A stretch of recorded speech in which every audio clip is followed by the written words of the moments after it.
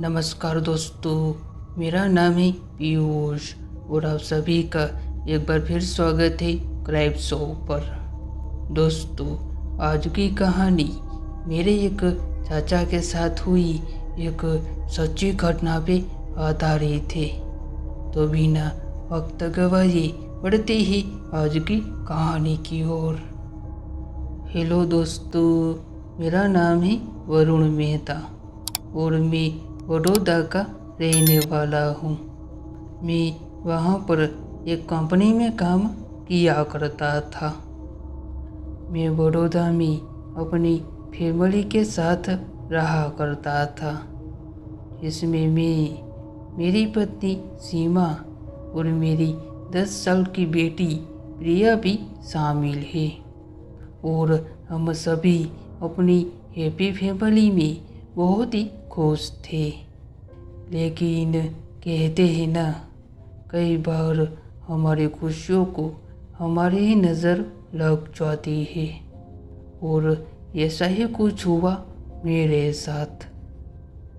जब एक दिन मेरे बॉस ने मुझे अपने केबिन में बुलाया और उन्होंने मुझसे ये कहा कि अब मेरा ट्रांसफ़र जयपुर में हो गया है।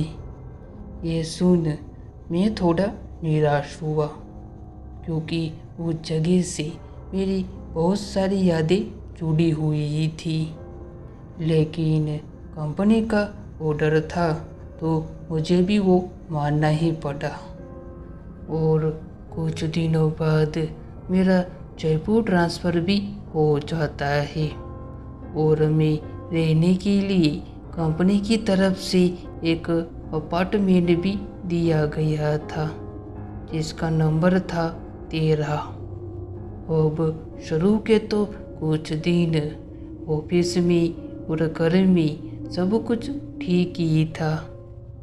लेकिन एक रात जब मैं अपने कमरे में सो रहा था, तब मुझे ऐसा लगा कि कोई मेरे कमरे में रो रहा है। और जैसे ही मैंने उठ के देखा तो वहाँ तो कोई भी नहीं था।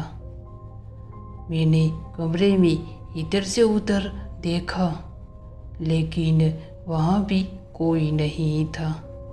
तो मुझे लगा कि शायद मेरा कोई भ्रम होगा और मैं वापस से सो जाता हूँ। किंतु अगली रात मेरे साथ वो हुआ जिसे याद कर आज भी मेरी रूह कांप उठती है। उस समय रात के करीब 2 बज रहे थे। तब मैं और सीमा अपने कमरे में सो रहे थे। लेकिन तभी हमें प्रिया के कमरे से उसके चीखने की आवाज़ सुनाई देती है। उसकी आवाज़ सुन एक पल को मेरी दिल की धड़कन थम गई थी।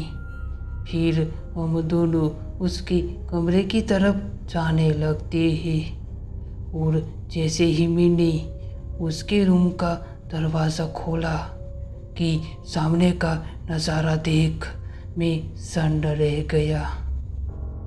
वो कमरा पूरी तरह से बिखरा हुआ था और प्रिया एक कोने में खड़ी हुई थी। वे मुझसे कुछ बड़बड़ा रही थी और उसकी ये हालत को देख सीमा बहुत ही डर जाती है।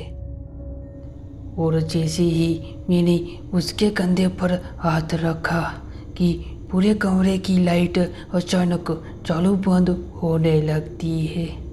और जैसे ही मैंने प्रिया की तरफ देखा तो